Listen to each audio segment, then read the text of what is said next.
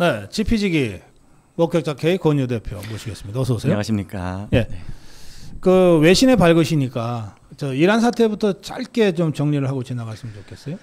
사실 외신을 보게 되는 것도 한국 네. 보도를 보고 믿을 수가 없어서예요. 그러니까 이번에 이제 이란 사태 벌어진 것, 뭐 예. 저의 이제 기본 상식하고도 맞지 않는 네네. 이상한 보도들이 많이 있었는데, 예.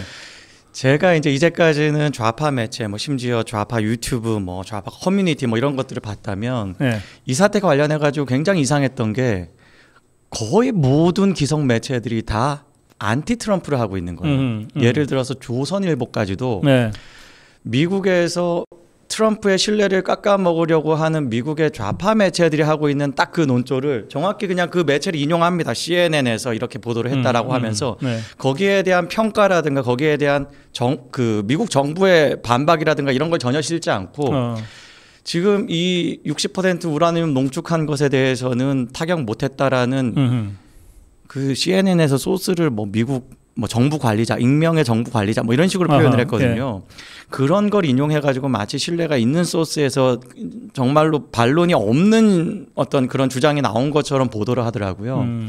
그래서 더더욱 이제 외신을 더 많이 들여다봤고, 특히 제가 이번에 많이 한 건 트럼프가 직접 한 말을 많이 들어봤습니다. 예. 그리고 트럼프뿐만이 아니라 국방장관이 한 이야기, 그리고 국무장관, 부통령 직접 한 이야기를 다 들어봤는데, 네. 그 이슈가 나올 때마다 트럼프와 국방장관 모든 사람이 정말 논리로 처절하게 그냥 밟아버려요. 그러니까 그 장면을 보면 더 이상 CNN의 어떤 의혹이 이유가 있구나라고 말 못합니다.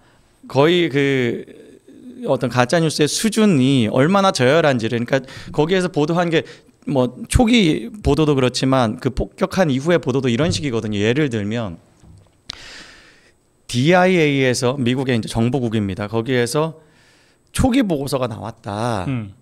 그걸 이제 인용을 하면서 유출된 내용이다라고 이야기하면서 어떻게 보도를 했냐, CNN이 제한적인 피해만 입혔다. 그러니까 피해를 충분히 못 입혔다라는 뜻으로 보도를 한 거예요. 완전 파괴 못했다. 예. 그런데 지금 이 정부에서 그 보고서를 가지고 이제 이야기하는 바가 뭐냐면, 그거는 아주 초기 보고서고 그 보고서에도 전제가 지금 객관적인 물증을 충분히 확보 못했기 때문에 아직 신뢰 수준이 낮다라고 스스로 보고서를 정의하고 있고, 그리고 그 보고서에서 정확히 그 부분은 어떤 식으로 표현되어 있냐, 제한적인 피해에서 괴멸적인 피해, 그 사이에 있다라는 거예요. 그러니까 괴멸적인 피해일 수도 있다라는 그렇지. 게 내용이 있습니다. 근데 요걸 뺀 거예요. 요걸 빼고 요 앞에 것만 딱 해가지고 마치 트럼프가 피해를 못 입혔는데 크게 이제 이거를 부풀리는 것처럼 네. 보도를 하는 것입니다. 이걸 지금 이건 사실 제일 큰 문제가 이 예비 보고서가 유출된 것 자체가 문제예요. 근데 제가 한국 그 보도를 보고 굉장히 놀란 게, 이 보고서는 기밀이기 때문에 유출된 것이 문제여서 FBI가 수사를 합니다. 이걸 어떤 식으로 보도하냐? 트럼프가 이 정보를 흘린 사람을 색출 작업을 시작했다라고 이야기합니다. 그러니까 지금 말하자면 이 이슈를 가지고 미국에서도 여론이 완전히 기울었어요. CNN과 뉴욕타임즈가 잘못했다라는 이야기를 알겠습니다. 많이 하고 있는데, 예. 대한민국 언론은 딱 그 완전히 안티 트럼프에 서서 제가 이 부분 좀 제일 중요한 부분이라서 한 문장만 더 덧붙이겠습니다. 이건 지금 대한민국 국민들이 일반 대중들까지도 안티 트럼프 정서가 생기게 만들어서 이재명이 반미할 만한 기반을 깔아주는 거예요. 굉장히 위험한 잘못된 보도들입니다. 그래요. 예. 그게 이제 북한의 공식 입장하고 다 맞닿아 있는 거죠. 그러네요. 예. 그리고 추미애가 주장한 것하고 맞닿아 있는 건데, 맞습니다. 우리 그 고정호 TV 댓글창에도 뭐 이 어설픈 이 서리건 좌파들이 좀 들어와 있는지, 이 댓글 중에 지금 우리 권유 대표가 이란 사태에 대한 외신과 미국 정부의 입장을 쭉 비교해서 설명을 하니까 이란을 더 때리라는 거냐, 이런 댓글이 올라왔는데, 무슨 뜻인지, 무슨 의미로 하시는 말씀인지 이게 어떤 거냐면, 저는 거의 완전 파괴됐다고 생각하거든요. 그러면 완전 파괴됐으니까 더 때릴 이유가 없는 거예요. 그럼요. 그래서 트럼프가 강력하게 하메네이한테 네가 더 버티면 너까지 그 참수할 수 있어라고 하면서 이 평화협정, 휴전협정을 이끌어내잖아요. 그런데 만약에 CNN의 보도대로 하면 트럼프가 자존심 때문에라도 한 번 더 때릴 수 있어요. 진짜 완전 파괴하기 위해서. 그러니까 이게 이 국제 정치와 이 전쟁의 그 아주 복잡한 이 메커니즘에 대해서 잘 모르고 그냥 김정은이가 트럼프 비난했다. 추미애가 비난했다. 그리고 이재명이도 비슷한 얘기를 했잖아요. 그러니까 그게 곧 잘하는 짓인 줄 알고 이런 식으로 댓글 올리는 분들이 있단 말이에요. 맞습니다. 지금 이제 추미애 같은 경우는 국제법을 위반했다라고 네. 이야기했잖아요. 네. 추미애니 정청래니 뭐 마찬가지로 이재명 쭉쭉 다 좌파들이 공통적으로 안 하고 있었던 게 있어요. 이란이 핵 개발한 게 국제법 위반이라는 얘기를 안 했습니다. 정확히 트럼프도 그 부분으로 반박을 했어요. 트럼프의 이제 행정부도 이란이 핵 개발한 게 국제법 위반이고 그래서 국제사회 전체가 제재하고 있지 않냐라고 아주 심플한 반박을 해요. 대한민국 매체들은 이런 보도를 해야 돼요. 당연히 해야 됩니다. 이거는 네. 국제사회의 상식인데 대한민국은 그냥 추미애가 한 이야기 그대로만 전달하는 걸로 그쳐요. 이게 얼마나 그 사람들이 이율배반적 편향적이며 심지어 국제 상식에 맞지 않는지. 그리고 나토의 수장 마르코 루이터는 국제법 위반이 아니다라고 적극적으로 반박을 했습니다. 여기에 어떤 개념이 있냐? 트럼프는 이제 집단 자위권 개념을 이야기했어요. 네. 그게 이제 유엔 헌장에 있는 내용이기 때문에 집단 자위권을 같이 행사하는 나토 수장으로서 그걸 이번에 나토에 갔을 때 트럼프가 네. 엄청난 환영을 받았었습니다. 알겠습니다. 예. 자, 저는 이렇게 느꼈어요. 트럼프가 이란의 핵시설을 벙커버스터를 이용해서 폭격하기 전에는 제일 겁을 냈던 사람이 하메네이 있을 것이다. 그럼요. 예. 하메네이가 제일 겁을 많이 먹었을 거다. 그런데 지금은 이제 하메네이는 일단 살았잖아요. 예, 핵시설 파괴하고 휴전적으로 지금 어쨌든 마무리가 되고 있기 때문에 하메네이를 죽일 일은 당분간 없어졌어. 그러면 지금 제일 겁을 낼 자는 누군가? 김정은일 거예요. 이란을 봤잖아. 이란이 찍소리도 못하잖아. 심지어 이란 국민들한테 그래도 최소한의 체면은 세워야 되니까 내가 몇 월 며칠 몇 시에 어디를 공격할 테니까 알아서 격추해 주세요. 라고까지 한 거 아니에요 지금. 그럼요. 지금 미국이 사용한 이 벙커버스터 GBU-57 이거는 인류 역사상 처음 사용해 본 거예요. 그 무기가 있다는 거는 개발한 거는 그래도 20년 정도 됐는데 네. 처음 사용했습니다. 100m 깊이에 있는 갱도도 뚫을 수 있다라는 게 가장 큰 의미 아닙니까? 예. 지금 그 문제를 가장 두려워할 수밖에 없는 게 김정은이에요. 김정은은 정말 많은 어떤 군사 시설들을 지하에 숨기려고 노력을 많이 했는데 그게 무의미하다라는 게 확인되지 않았습니까? 네. 재미있는 게 여기 있습니다. 마치 김정은이 자기 건재를 과시하듯이 어제 무슨 관광지 시찰을 했어요. 일단 그 자체가 좀 우습잖아요, 우리는. 네. 그런데 더 우스운 건 뭐냐면 트럼프에 대해서는 굉장히 악마화했던 MBC가 이 김정은의 관광지 시찰을요. 김정은이 가장 원하는 방법으로 다뤄줍니다. 어떻게 다뤘냐? 아주 훌륭한 해양의 관광지를 만들었다는 홍보를 해주는데 얼마나 이건 거의 저는 PR 영상인 줄 알았어요. 그 휴양지의 어떤 여러 가지 시설들을 하나하나 북한이 보여준 그대로 다 보여주면서 거의 상찬하듯이 하더라고요. 그리고 이제 마치 이제 그럼 거기 이제 놀러 간다고 모집하겠네. 그 부분이 굉장히 중요한데 네. 지금 국제사회가 북한을 제재하지 않습니까? 그런데 MBC가 알려줘요. 개인이 관광 목적으로 가는 것은 가능하다라는 걸 알려줍니다. 이건 뭐 대한민국 사람 당연히 못 가지만 대한민국 사람의 경우에도 사실은 이제 뭐 정부 통일부가 그 원칙을 풀어버리면 갈 수 있어요. 사실 지금은 네. 개인이 금강산관광처럼 이제 관광 가는 것에 대해서 먼저 갔다 온 다음에 사후 보고할 수 있도록 하겠다 이런 식의 지금 네, 그렇죠. 방침 변화가 있기도 합니다. 네. 이런 것과 맞물려 가지고 뭐 지금 뭘 원하는지 너무 노골적으로 드러내는 거예요. 저는 조선인민중앙통신인 줄 알았습니다. 그래요. 예. 하여튼 지금 어쨌든 김정은이가 제일 쫄아 있을 것이다. 이 이란 사태로 그런 말씀으로 마무리하겠습니다. 저쪽 좌파 것들의 동향은 어떻습니까? 지금 김민석이 이틀간 그 상황들을 우리가 다 봤는데 이제 우패 시민들한테 좀 귀뜸 좀 해드리겠습니다. 지금 팝콘 드셔야 됩니다. 재밌습니다. 아주 재밌습니다. 지금 이제 뭐 장관 인선 뭐 이런 것에 대해서 예. 뭐 이렇게 뭐 관심을 가질 수도 있는데 일단 김민석 총리 임명한 것과 그리고 민주당 전당대회 문제 때문에 내분이 굉장히 노골화됐어요. 아하. 예. 일단 김민석 총리에 대해서 이야기하자면 김민석 총리의 비판을 했던 매체들을 제가 이제 경향신문 같은 거 언급하지 않았습니까? 경향신문은 딱 그 근본 좌파의 관점으로 아니 어디 지금 진보 진영의 인사가 우리는 진보라고 안 부르지만 그들은 진보 진영의 인사가 차별금지법에 대해서 비판하는 발언을 하냐 이런 걸 들추면서 이념적으로 좌파인 사람들을 감정을 흔들 만한 그런 기사들을 연속으로 계속 때렸습니다. 거기에다가 뉴스타파가 이번에 이제 청문회 시작하기 직전에 6억 6천만 원 소명 안 된 게 맞지 않냐. 뭐 아니 그 정도 금액에 대해서 딱 지금 국민의힘이 비판하는 포인트로 비판 기사를 굉장히 상세하게 써줬어요. 이런 건 명확하게 이 지금 노선이 다르다. 이 같은 진영 안에서도 노선이 다르다라는 스스로의 어떤 정체성이 없으면 그렇게 못하죠. 이게 지금 같은 진영이다라고 생각을 한다면 그래도 이재명 어떤 정권의 데미지가 될 수 있는 건 피해 줄 수 있는데 그럼에도 불구하고 이건 때리겠다라는 말하자면 지금 개파 싸움 시작된 겁니다. 여기에 뭐 여러 인사들이 또 나오는데 좌파 평론가로 유명한 김준일이라고 있죠. 이 사람이 여러 이제 매체에 다니면서 언급한 거 몇 가지가 있는데 그 배추밭 농사를 가지고 굉장히 세게 비판을 하더라고요. 그러면서 어떻게 배추밭으로 이게 비트코인도 아니고 어떻게 꾸준히 이익이 나오냐 이런 식으로. 배추코인이지.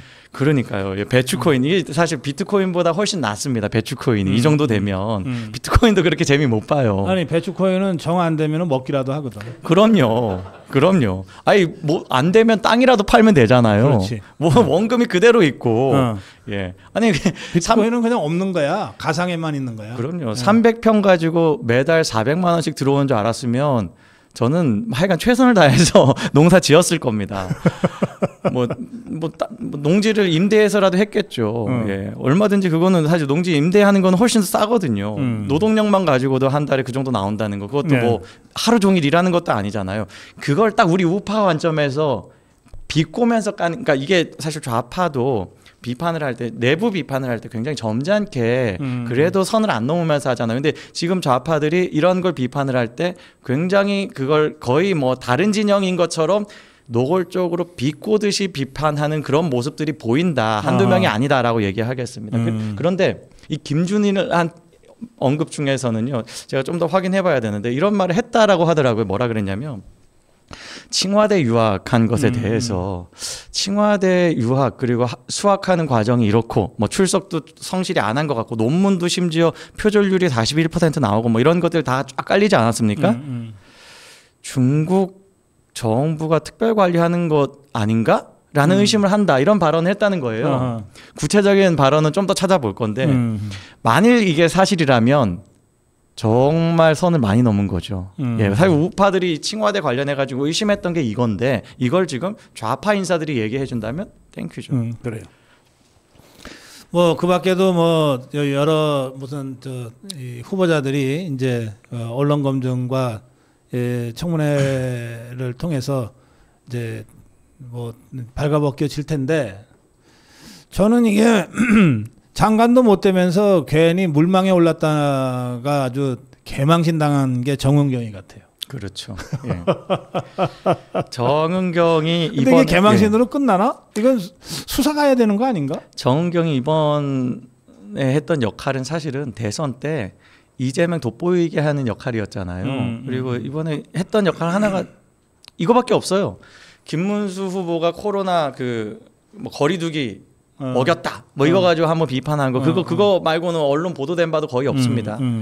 그리고는 보건복지부 장관 될 것처럼 하다가 오히려 어떻게 보면 굉장히 더티한 자기는 그걸 규제를 하고 심지어 여러 가지 뭐 백신이라든가 의약품이라든가 이런 것과 관련해 가지고 중요한 결정을 할 수 있는 실무 최고 책임자가 그 남편은 그런 것과 관련해서 수익을 낼 수 있는 투자를 했다. 이건 선 넘은 거죠. 근데 좌파들이 이런 걸 쉴드 치냐?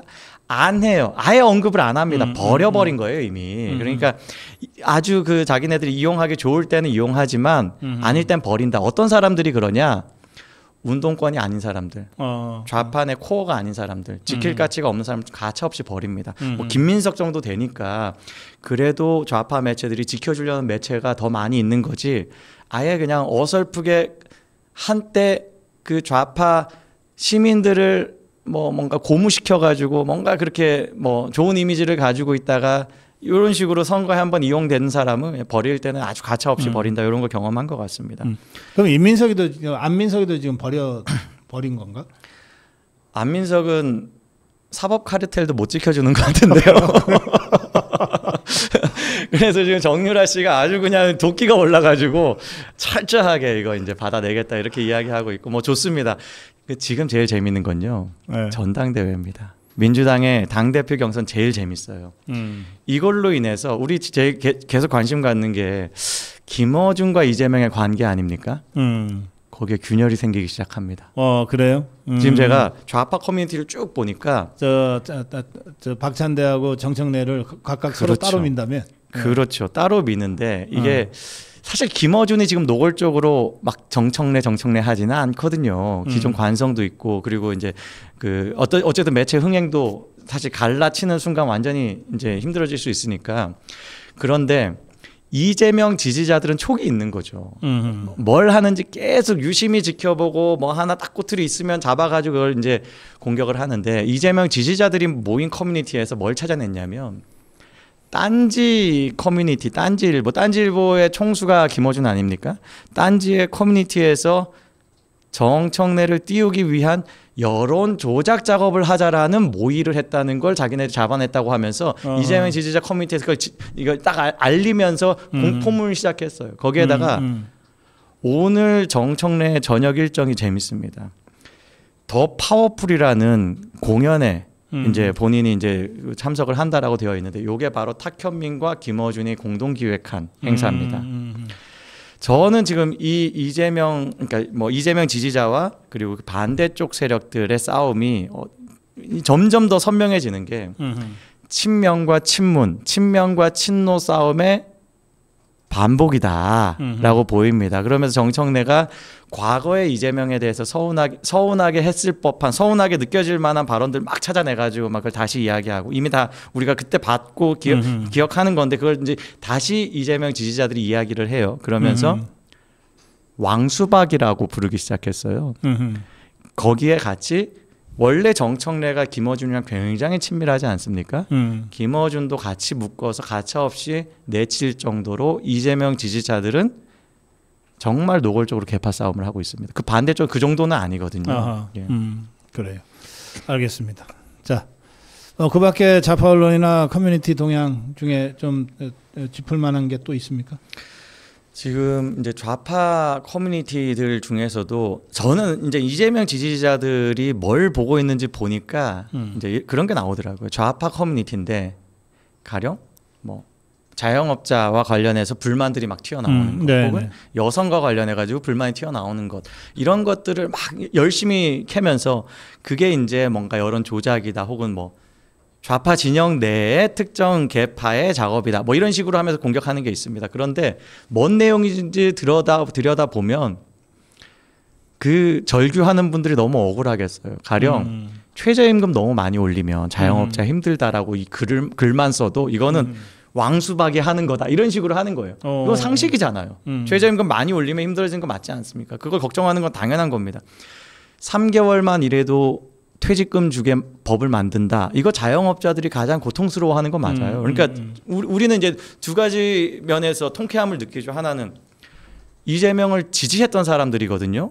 그런 사람들도 지금 그런 정책이 나온다고 하니까 불만을 내고 있고 그걸 보면서 그거 봐라, 우리가 그것 때문에 이재명 안 된다고 하지 않았냐라고 이야기하는 동안에 이재명만 지지하는 사람들은 그 자영업자들을 너는 수박이다 하면서 공격하고 있는 거예요.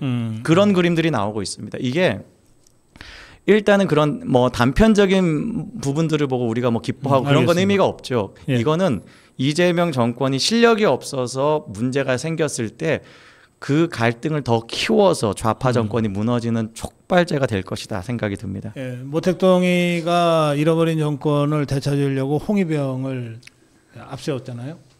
그래서 이제 홍위병이 지금 개딸들 이상으로 설쳤는데, 그런데 그 홍위병에 설쳐서 모택동이는 잃어버린 권력을 다시 찾아서 한 몇 년간 더 권력자 노릇을 했지만 결국은 그 홍위병 때문에 중국이 완전히 무너질 번 했거든요. 그렇죠. 그거 회복하는데 한 20년 이상 걸립니다. 거기에도 제일 중요한 건 모택동이 무능한 정치인이라는 것. 그러니까 저 새는 해로운 새다 하고 참새를 다 죽였더니 흉년이 어마어마하게 왔다. 어마어마한 기근이 왔다. 이재명이 정확히 그런 지도자입니다. 그리고 그런 지도자를 홍위병처럼 따르던 개딸들이 나라를 같이 망치는 공범이 될 겁니다. 좀 전에 그 비탄감과 관련된 반응을 몇 가지 소개해 주셨는데 뭐 이거 좌파 우파 다 떠나서 이 비탄감에 대한 국민적 분노와 상실감이 엄청 큰 것 같습니다. 제가 참 좌파들 보면서 참 마음이 참담해지는 게 이런 거예요. 네.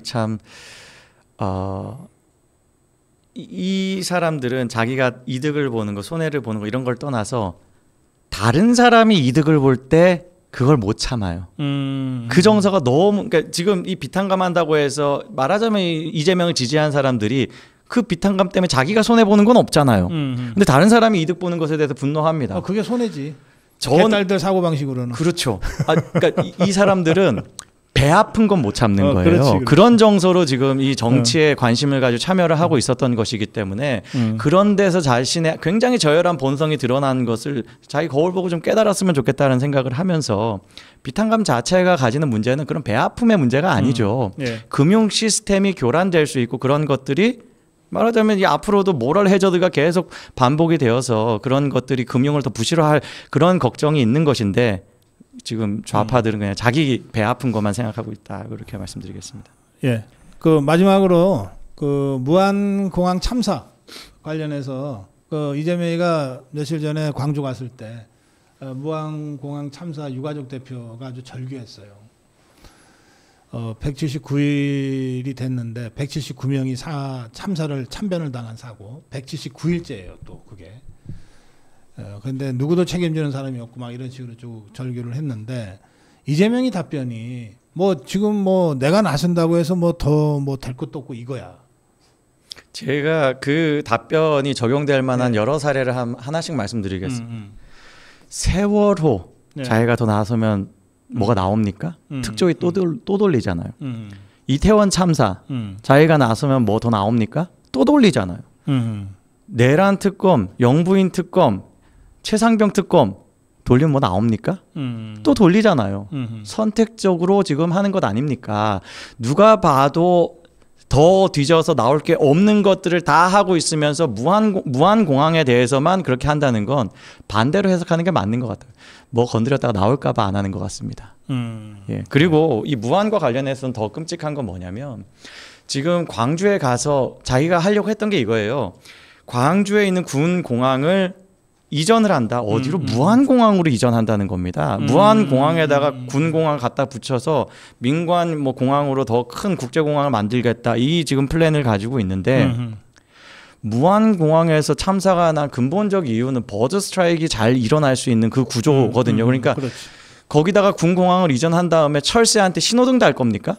철새들한테 지금부터는 오시면 안 돼요라고 알릴 겁니까? 아니잖아요. 철새는 계속 거기에 대한민국에서 가장 많은 철새가 계속 모일 겁니다. 그런데 거기에 군공항까지 이전한다는 건 이재명이 가지고 있는 그 어떤 뭐 안전에 대한 문제 그리고 안보에 대한 문제 우리가 명확히 알 수 있는 것 같습니다. 알겠어요. 질문이 있어서 질문에 대한 답변 마지막으로 해주세요. 이재명을 지지하는 자의 뇌구조는 어떻게 생긴 건가요? 우리가 이제 뇌가 어떻게 생겼는지 알잖아요. 이게 주름이 좀 많지 않습니까? 그리고 뭐 이렇게 그 주름이 많고 여러 가지 그래서 이제 표면적을 최대한 넓게 하죠. 최대한 넓게 하잖아요. 네. 뭐 어떤 말씀 드릴지 아시겠죠? 주름이 쫙 펴져 있습니다. 아주 1차원적 아메바 1차원적으로만 생각합니다. 이재명만 선 다른 모든 건 그러다 보니까 그 안에서 이제 박찬대 상대에 있는 정청래도 악으로 보이고 그리고 뭐 김민석을 비판했던 좌파 매체도 악으로 보이고 그렇게 보일 겁니다. 그게 우리에겐 기회가 있다라고 말씀드리겠습니다. 난이도 높은 질문을 했는데 아주 쉽게 잘 설명을 했었어요. 뇌가 쫙 펴져 있는 사람들일 거라. 뇌 구조가. 질문이 뇌 구조라서. 주름이 한 개도 없는 그 뭐 혹여나 주름이 잡힐 것 같으면 얼른 와가지고 다리미를 펴는 것 같아요. 왜냐 이재명에 대한 신뢰가 조금이라도 무너지면 위험하다라는 걸 자기들도 알거든요. 이재명이 얼마나 리스크가 많고 모순이 많은 사람인지 잘 알기 때문에 더 그럴 겁니다. 알겠습니다. 오늘 여기까지 하겠습니다. 마무리 한 말씀 해주실래요? 예, 뭐 매번 반복하고 오늘도 반복하겠습니다. 이재명 강한 정치인 아닙니다. 강한 정권 아닙니다. 모순이 너무 많습니다. 조금 지나면 실력 드러납니다. 실력 드러나면 우리에게 큰 기회 옵니다. 우리 좌절해만 있지 말고 하나하나 지금 이재명의 실적들 잘 기록해 놓고 주변을 설득할 노력도 하고 앞으로 더 많은 그 기회가 올 것을 준비도 합시다.